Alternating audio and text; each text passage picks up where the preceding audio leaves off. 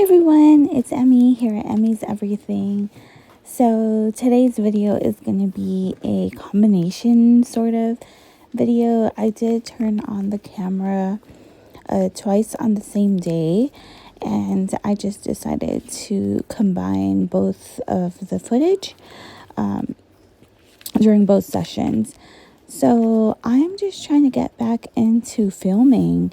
I've been pretty much keeping up with my journals and my planner or planners, but I'm really just trying to get back into filming to share because I've missed you guys. I did post a couple of videos last week, but yeah, that's really it. I'm just trying to go through and be more consistent. So this notebook right here is my Stalogy. It's one of those smaller books, so it's pretty easy to fill up. My goal in this Stalogy is to get it done and all completed by December. And I think it's very doable. I sort of counted the pages and I only had about 40 pages. So you can technically get that done. I mean, if you do a day a page in a little over a month. But some days I don't journal. Some days I will utilize like 3 or 4 pages. It just depends on the mood.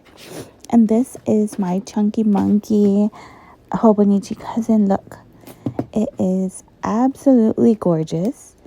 It is so chubby that I don't even know how or if it's going to survive to December. So I do a lot of pre-decorating and I add a lot of ephemera pieces, pictures, cards, and all that. And October through December is already decorated. And I have to tell myself when I get into my journals, you do not have to put more stickers or more papers or more anything. But as you can see here, I get stuck and I want to add and add and add. And then my planner or journal is just the chunkiest. This folder is one of those plastic folders. I've had it for a really long time. It says I love Guam, but it's the same type of folder that Hobonichi would sell for like in their A5 size or A6 size, but I do have an 8.5 by 11, so that's super great. I did grab some printables that I already had cut up a couple weeks ago. And these ones, I believe, are all from Little Raven Ink or Courtney Diaz on Patreon. I subscribed to her Patreon a couple months ago and printed a whole bunch of printables.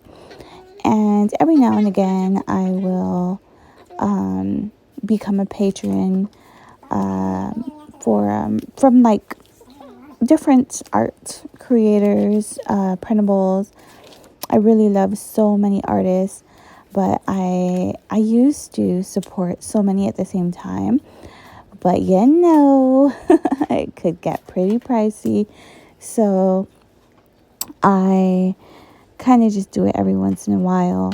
Because as you can see, I'm a pre-decorator. So I would go in and print a lot of printables, and then I'll have a stash, and then I'll use it when I want to use it. But in addition to printables, I also purchase stickers, or I just print photos, lots and lots of photos, or whatever I have, like packaging, brochures. I cut them up, and I add those in my books. So that is why my books are freaking chunky. I'm going through my stuff. I have a cart at the side of my desk, and I'm just grabbing some notebook, pens, and right now I'm just brainstorming. This is an Erin Condren notebook that I use every once in a while, and I'm trying to brainstorm what planners or journals, planners and journals and notebooks that I want to use for 2024. So right now I have an Erin Condren monthly planner that I did do an unboxing on maybe like last week or so, and that's going to be for work. I do have my Erin Condren Daily Duo. I have a planner from January through June, and now with that, I don't know if I'm going to purchase another one because I feel like I'm just repeating myself in that planner. And then I have my Erin Condren Petite Folio where I use the notebooks for a wellness log, a budget notebook, and then I do have a creative daily journal in there, but I haven't been using it. And there's another string option for another notebook, but I didn't decide on what I want to do with that for 2024. I have a Hobonichi Cousin coming in, a few other notebooks. I have my Natural Life 5-year planner or memory keeper, but I will probably talk about that in another video. But I'm not sure if I'm going to continue with that one. I might just put it aside for later. And then I have other notebooks. And then I did grab this guy. I believe I shared it in another video a long time ago. I purchased this from, I think it was called like Virgin Mobile, maybe. It's this shop in one of the malls, or in, I think in a few malls in Qatar, and they sold lots of paper goodies, notebooks, planners, and stuff. So I did purchase this a long time ago. It's undated, so it's the Mr. Wonderful Doodle Bullet Journal, and I've just had it in my stash, and I was trying to figure out if it is going to be one of the journals or planners in my 2024 lineup. But right now I can say it's probably not going to be in my lineup because I did purchase from Hobonichi direct, and I'm waiting on that order, and I did purchase a few planners and journals. So I'm so excited for that order to come in, but now I know that I just got a lot going on, a lot of planners, a lot of journals, but it makes me happy, and I use most of them for, I guess, the most part,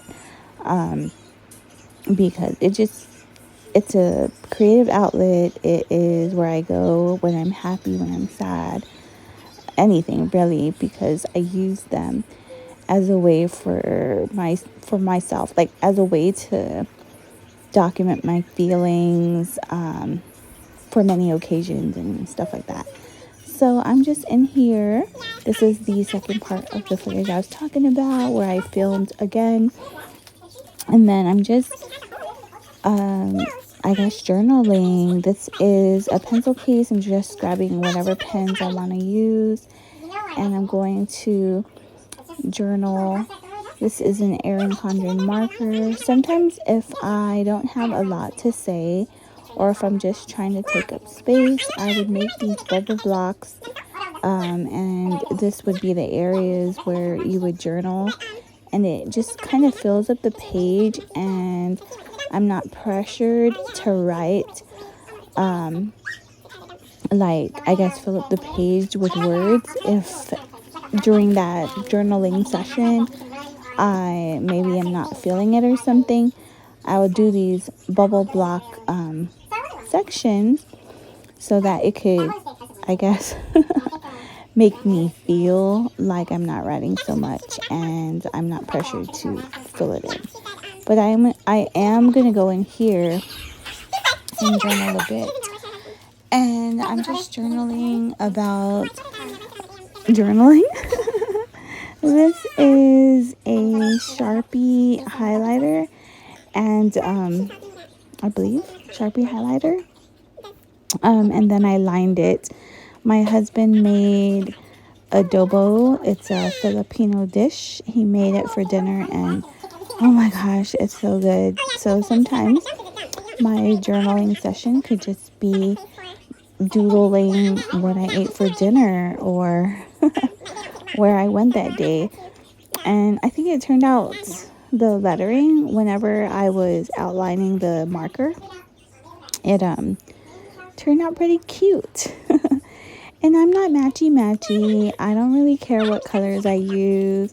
Every once in a while, if I wanted to do a certain color theme, then I would. Like if I wanted all the greens to be on one page or all the pinks to be on one page, then sometimes I will organize my craft supplies to do that. But most of the time, I don't. As you can see here on this page, I have a gold pen where I lined work. I have a brown marker. I used a green marker for the adobo for dinner and a blue pen where I wrote that I mailed my son's package. I'm just all over the place. I added a sticker there, and then I'm grabbing another pen so I can journal a bit more on this page to fill it up. Now that's another thing. If I want or feel like filling up a page, then I will. Sometimes I don't. Sometimes like I would have an entire blank page and I totally skip journaling that day, and I don't want to back plan or journal on that page. Sometimes I would just write like this page left behind or this page blank on purpose or something like that. And it's totally okay. So I believe I'm going to go in and get into my Stalogy. Just start sharing more bits and pieces. This is my folder of printables again. I grabbed this sheet, and this sheet is printed. These printables are printed on matte sticker paper. And then I realized, like, I think I printed this sheet already on glossy paper, and I added the pieces in this notebook, and that's what that is there. So I put that away because I already added those printables in that notebook. So I get another sheet, and I just cut up a bunch of images here from this sheet. I printed this on glossy paper, and when you're using glossy paper and you want to write over the top like a journaling card, like the spooky season with the pumpkin, that would be sort of a journaling spot.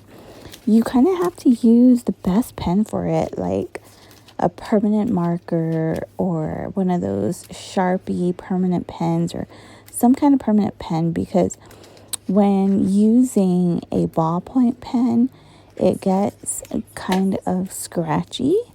And then if you're using a gel pen, then the ink would skip. And sometimes if you're using a gel pen or any pen really on glossy paper, sometimes it could ruin your pen, and that's poop. So I would just recommend some sort of permanent marker, hopefully a really thin permanent marker, whenever you're writing on any kind of glossy paper.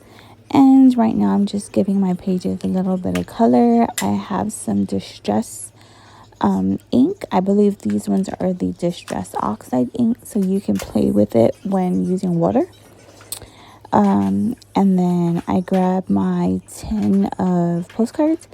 I've had these postcards for a really long time. I purchased it when my sister-in-law and we were shopping, or did she buy this for me? I don't remember.